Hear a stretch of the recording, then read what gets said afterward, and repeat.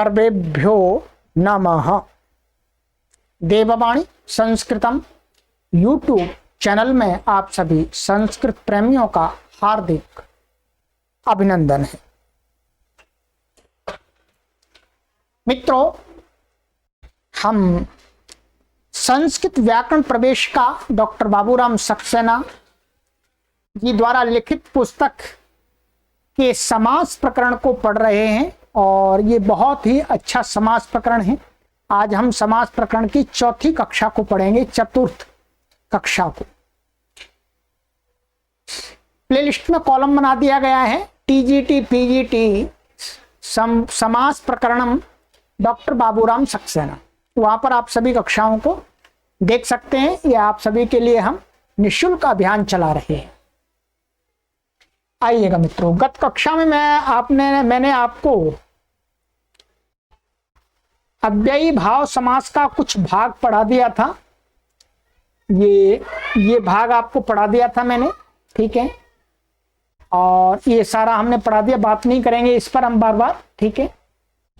अब इसमें अव्ययी भाव समास में अभी मोटी मोटी बातें बता रहे हैं, ठीक है।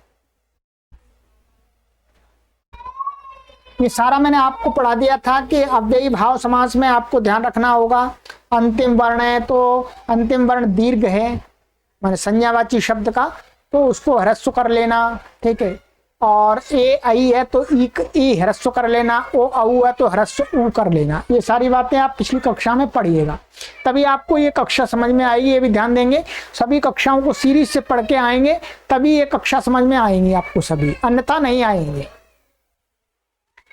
अब डॉक्टर बाबूराम सक्सेना इसी में नंबर 2 बताते हैं। क्या है नंबर 2? नंबर 2 में समझाते हैं कि अव्ययी भाव समास में ये नंबर 2 ये बात और ध्यान रखनी चाहिए, ठीक है। ये बात ध्यान रखनी चाहिए कि अन में अंत होने वाली संज्ञाओं में समासांत टच प्रत्यय पुल्लिंग और स्त्रीलिंग में नित्य ही और नपुंसक लिंग में विकल्प से जुड़ने से अन का लोप हो जाता है और टच का आ जुड़ जाता है, ठीक है।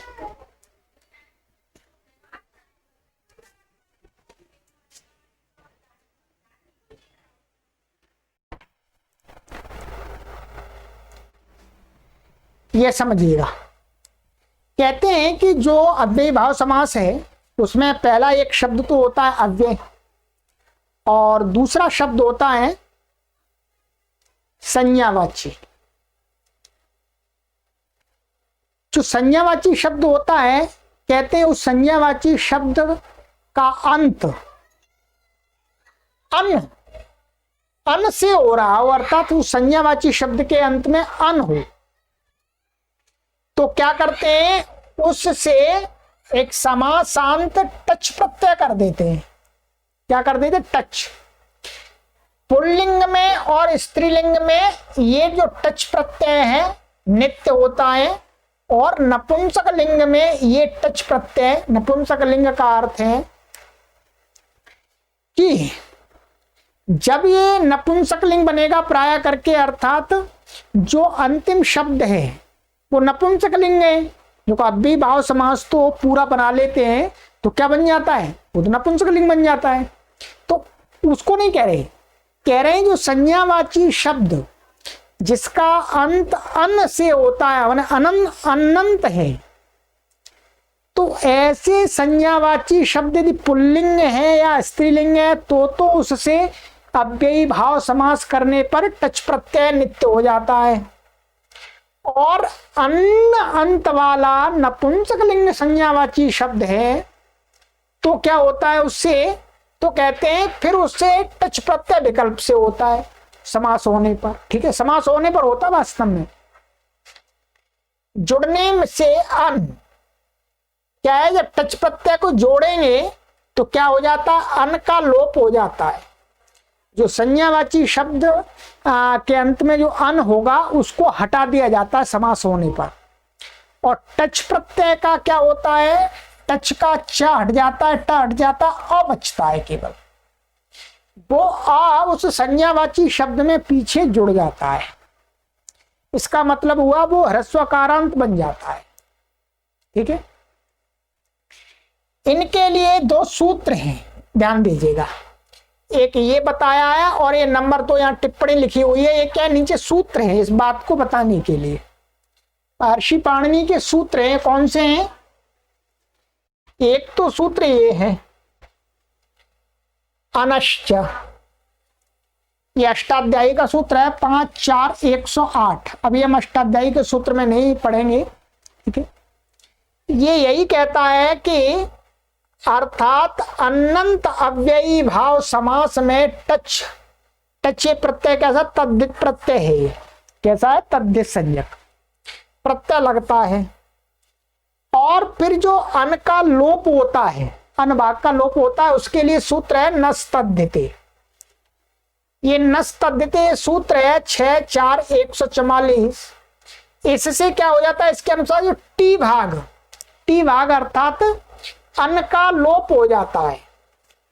ठीक है, माने टी का अर्थ आपको यहां समझना है अन का लोप हो गया। फिर टच का जो आया वो आगे जुड़ जाता है उसमें शब्द में। इन दो काम को करने के लिए ये दो सूत्र लगते हैं। टच प्रत्यय करने के लिए टच प्रत्यय करता है और ये अन का लोप करता है, बस। ठीक है, और जो नपुंसक लिंग अन अंत वाले शब्द होते हैं उनसे विकल्प से होता है, उसके लिए महर्षि पाणिनि का सूत्र है नपुंसका धन्यतरस्याम। ठीक है, आप देख रहे होंगे नपुंसका धन्यतरस्याम, अन्यतरस्याम का अर्थ होता है विकल्प। नपुंसक लिंग यदि अनंत वाला शब्द होगा तो उससे तो अव्ययी भाव समास में विकल्प करके टच होता है, एक बार होता है एक बार नहीं होता। ये यहाँ ऐसा गलत लिख गया है, ये अनंत ऐसा होना चाहिए। तो अनंत माने अनंत, ये यहाँ दो ना होंगे। ठीक है, ध्यान रखेंगे। अनंत का अर्थ वास्तव में इसको अलग अलग करेंगे तो क्या बनेगा, ये ध्यान रखिएगा, कंफ्यूज मत होइएगा। ये ऐसे है अंत, दो शब्द है। जब इसको मिलाकर के लिखते हैं तो व्याकरण में संधि होने पर क्या हो जाता है, ये डबल ना हो जाता, अनंत। ठीक है, तो अनंत नपुंसक लिंग माने अन अंत वाले नपुंसक लिंग शब्द होंगे तो उसका तो अव्ययी भाव समास के अंत में आवे तो विकल्प से टच प्रत्यय लगेगा। टच लगने पर नस्त, जब टच लगेगा तो नस्तद्धिते के अनुसार अन का लोप हो जाएगा पूर्व के समान, जैसे पहले हुआ था। फिर टच का आ जुड़ने पर नपुंसक लिंग में क्या बनेगा अभी बताएंगे ऊपर, उपचर्मम। ये उपचर्मन शब्द है। चर्मन शब्द क्या है, नपुंसक लिंग है। और टच न लगने पर उपचर्मन ऐसा का ऐसा ही रहेगा। ठीक है, और बनकर और फिर बाद में क्या होता है, इसके नकार का लोप हो जाता है, नलोपाह प्रातिपदिकांतस्य से है। ये प्रातिपदिकांत माने पदांत, प्रातिपदिकांत, नकारांत जो शब्द होता है उसका नकार का लोप हो जाता है तो नकार का तो उपचर्म बनता है, नका लोप हो गया। ठीक है, इस बात को अब ऊपर देखते हैं। ये अब आपको समझ में आया, सूत्र मैंने बताया आपको। ठीक है, इस बात को यहां समझिएगा। उप शब्द है, राजन शब्द है। ठीक है, राजन शब्द कैसा है, संज्ञावाची, और कैसा है पुल्लिंग, और कैसा है अन अंत वाला, अन अंत में है इसके। इसका अव्यय उप के साथ समास हो रहा है। इसका लौकिक विग्रह दिखाएंगे तो क्या दिखाएंगे, राज्य समीपे, राजा के समीप में। तो समीप अर्थ किसका है, उप का। ठीक है, अब इसका समास करेंगे। समास करने से क्या हो जाएगा, अव्ययी भाव समास होने पर टच प्रत्यय लग जाएगा इसमें। क्योंकि ये पुल्लिंग है, नित्य लगेगा इसमें। टच लग गया, टच का ये च चला गया, टच चला गया, आ बचा। और इस अन का लोप हो जाएगा, जो नीचे मैंने अभी सूत्र बताया था नस्तद्धिते से, क्या नस्तद्धिते से इसका अन का लोप हो जाएगा। क्या बचेगा? उपराज, ऐसा बनेगा उपराज, और ये आ ऐसा बन जाएगा, ये टच का, इसको मिला दीजिएगा, क्या बने? उपराज। अब नपुंसक लिंग, ये नपुंसक लिंग हो गया, मतलब अव्ययी भाव समास होने के बाद तो नपुंसक लिंग ही होना है। तो अब इसको क्या हो जाए, नपुंसक लिंग में इसके गृह के समान रूप चलेगा, रूप अर्थात रूप चलेगा ही नहीं, एक वचन में रहेगा हमेशा। तो क्या बन जाएगा? उपराजम, नपुंसक लिंग एक वचन में उपराजम बन गया। अब इसके रूप नहीं चलेंगे। उपराजम का क्या अर्थ हुआ? राजा के समीप। अब ये इसको समझिएगा, बहुत ही आपको बहुत विस्तार में नहीं ले जा सकता हूं मैं, आपको इतने में समझना होगा, क्योंकि आपको इतने से ही कार्य करना है। अभी आपको ये वास्तव में पढ़ाना नहीं है, अभी पढ़ना है, आपको फिर समझना है। इसी प्रकार कहते हैं अध्यात्मन शब्द है, तो अध्यात्मन में क्या बन जाएगा? अध्यात्मम, ये ऐसा होना चाहिए, गलती से क्या लिख गया है? अध्यात्मन लिख दिया, तो अध्यात्मम है, ठीक है। अध्यात्मम, पुस्तक में भी गलतियां हैं कई, उनको मैं ठीक करा दूंगा आपकी। अध्यात्मम, इसमें क्या है? आत्मनि, इसका लौकिक विग्रह करेंगे तो कैसा बनेगा? आत्मनि अधिकृत्य, ऐसा होता, अधिकृत्य, ठीक है। आत्मनि अधिकृत, ये लौकिक विग्रह हो गया। अब इसको क्या है? अधि अव्यय है, ये इसका ऐसा बनेगा, अधि प्लस आत्मन, ठीक है। अधि प्लस आत्मन। अब ये भी ये पुल्लिंग शब्द है, आत्मन शब्द, और नित्य, इसलिए नित्य प्रत्यय होगा टच। अब भी भाव समास, इससे टच प्रत्यय हो गया है, क्या हुआ? टच, ये आ बचेगा, इसका अन का लोप हो जाएगा, और यहां एको एणची लग जाएगा, तो क्या बन जाएगा? अध्यात्म, ऐसा बन जाएगा, इसमें आ मिलके, और नपुंसक लिंग एक वचन रहेगा तो अध्यात्मम बन गया, ये ऐसे बनेगा, ठीक है।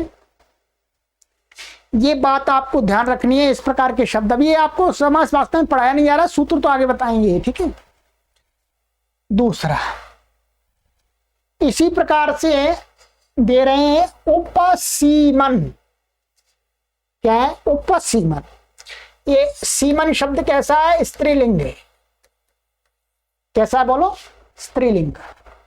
यह स्त्रीलिंग है, तो इसका विग्रह होगा सीमना समीपे। सीमन का अर्थ है सीमा, क्या? सीमा।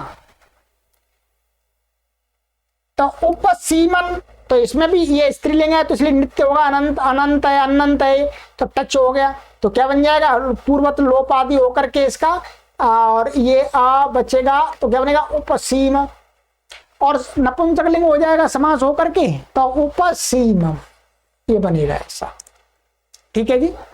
चलिएगा, आइएगा आगे।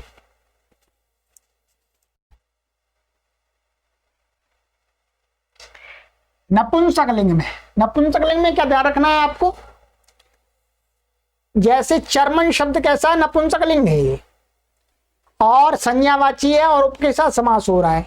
चर्मणा समीपे, ये इसका लौकिक विग्रह कर दिया, माने चर्म के समीप, चमड़े के समीप, और यहां पर क्या? टच प्रत्यय हो गया ये, तो ये क्या हो जाएगा? यहाँ विकल्प से होगा, एक बार होगा एक बार नहीं होगा, तो हो गया तब का पक्ष है, तो ये लोप हो जाएगा अन का, तो क्या बनेगा? टच का आ मिल करके उपचर्मा, ऐसा बन गया, और उपचर्म बन गया।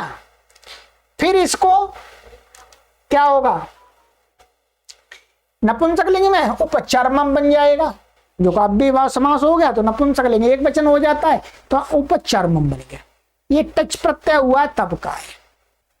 जब टच प्रत्यय नहीं होगा तब क्या होगा, उपचर्मम। यदि अन निकाल दिया जाए इसमें से, यहाँ ये क्या है, ये गलत लिख दिया है, उपचर्मन होना चाहिए, कुछ गलतियां भी है। यहाँ क्या है ना, उपचर्मन है ये, ठीक है। यदि इसमें से अन को निकाल दिया जाए अथवा उपचर्म, और यदि अन न निकाला जाए तो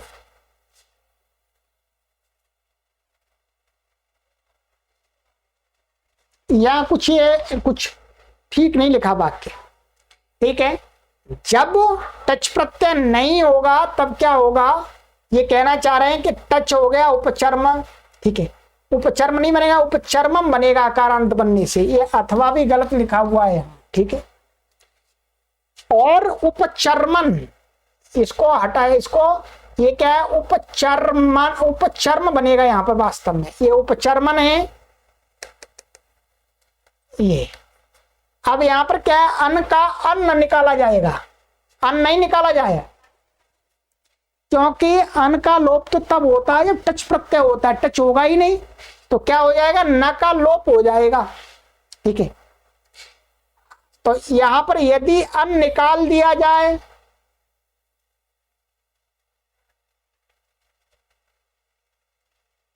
ये इसको हटा दीजिएगा, ये कोई मतलब की चीज नहीं है।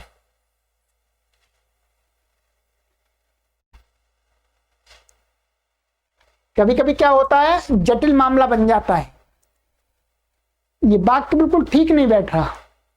यहां पर हमको दो रूप बनाने हैं, दो रूप बनाने, एक रूप तो ये बन गया, ये अथवा की जरूरत नहीं है, उपचर्मम बनेगा, ठीक है। और दूसरा बनेगा आपका उपचर्मा, ये ऐसा बनेगा,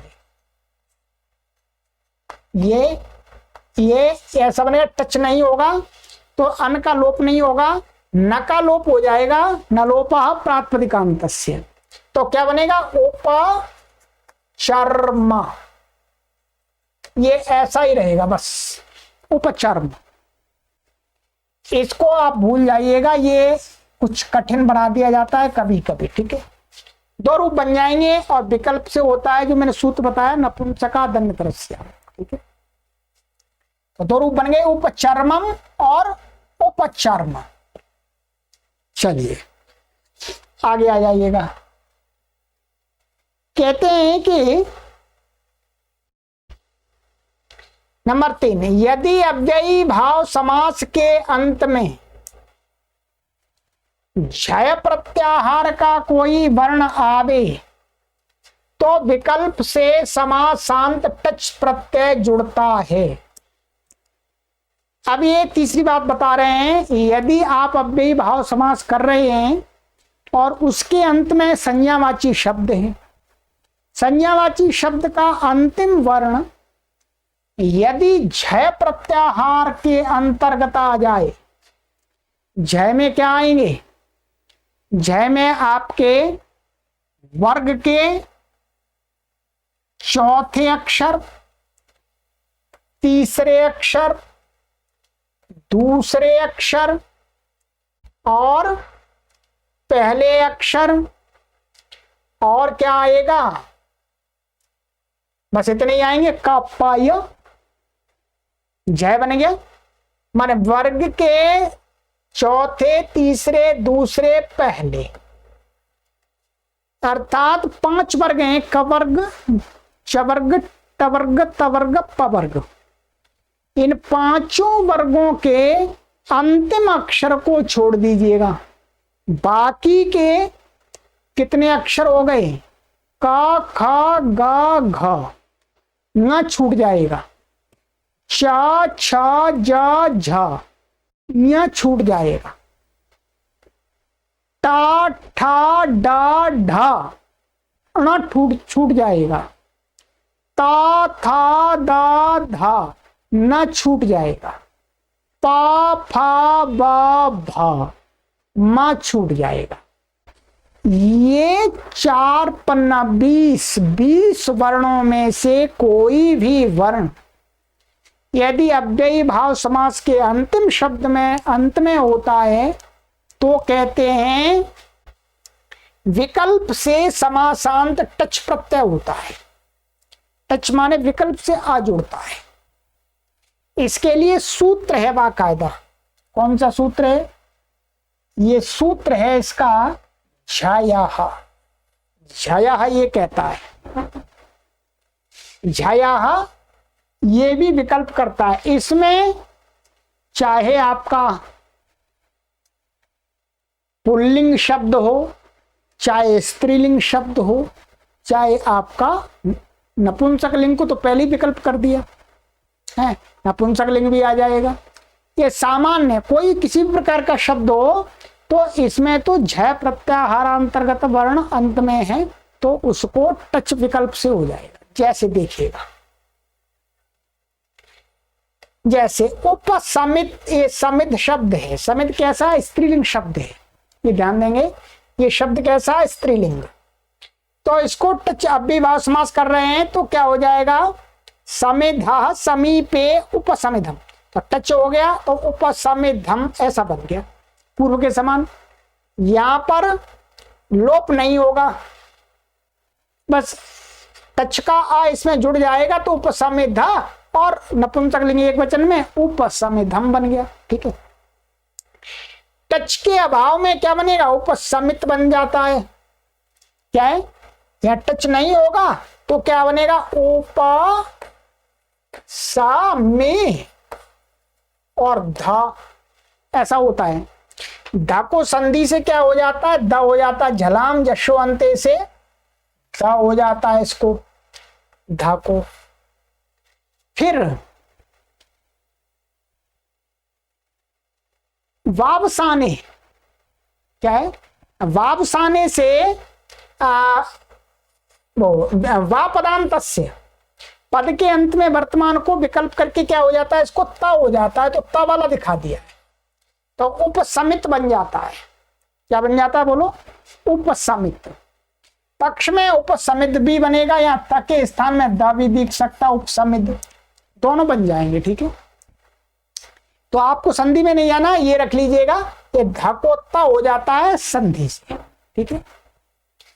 ऐसे ही क्या है? उपसरित, सरिता समीपे टच हो गया तो उपसरितम बन गया। जब टच हो, टच के अभाव में उपसरित बन जाता है। ये तक होता ही रहता, उपसरित माने ऐसा कैसा बन जाता है। ठीक है। चलिएगा, ये बातें आज हमने विशेष रूप से समझ ली कि अव्ययी भाव समास में अंतिम जो संज्ञावाची शब्द है, यदि उसके अंत में यदि कोई पुल्लिंग अन्न अंत वाला है, स्त्रीलिंग अन्न अंत वाला है, तो अव्ययी भाव समास होने के बाद उससे नित्य टच प्रत्यय हो जाता है और अनुभाग का लोप हो जाता है। ठीक है। दूसरा हमारी बात समझ में ये आई कि जो नपुंसकलिंग यदि होगा अनंत वाला तो उससे विकल्प से होता है टच प्रत्यय। और झ प्रत्याहार के अंतर्गत जो वर्ण है वर्ग के पहले, दूसरे, तीसरे, चौथे, ठीक है, यदि उनमें से कोई वर्ण अंत में आ जाता है तो क्या होगा? उसको भी विकल्प करके अव्ययी भाव समास में टच प्रत्यय होगा। जो उदाहरण दिए हैं। ठीक है। ये मोटा मोटा हमने समझ लिया। ठीक है। अभी इसमें बहुत सारी बातें आगे हम देखेंगे आगे की कक्षा में। ठीक है। क्योंकि हम इसकी बड़ी बड़ी कक्षाएं नहीं बना रहे हैं, छोटी छोटी कक्षाएं बना रहे हैं जिससे हमारे पाठक आराम से पढ़ सके। ठीक है। तो चलिएगा, अब चौथा नंबर की हम विशेष बात इसमें देखेंगे अव्ययी भाव समास में। ये आगे की कक्षा में देखते हैं। चलिएगा, सभी कक्षाओं को क्रमानुसार पढ़िएगा, तभी आपको ये समझ में आ सकता है। मेरा आपसे यही निवेदन है। और ये मुख्य रूप से परीक्षा की तैयारी करने वाले पाठकों को ध्यान में रख करके मैं चला रहा। संपूर्ण गहराई से आपको पढ़ना है तो प्रथमावृत्ति अष्टाध्यायी भाष्य की कक्षा चल रही है, उसमें आपको ये सूत्रों के विस्तार से अर्थ, सिद्धियां, सब कुछ आपको बताया जाए। ठीक है। चलिएगा, सर्वेभ्यो नमः।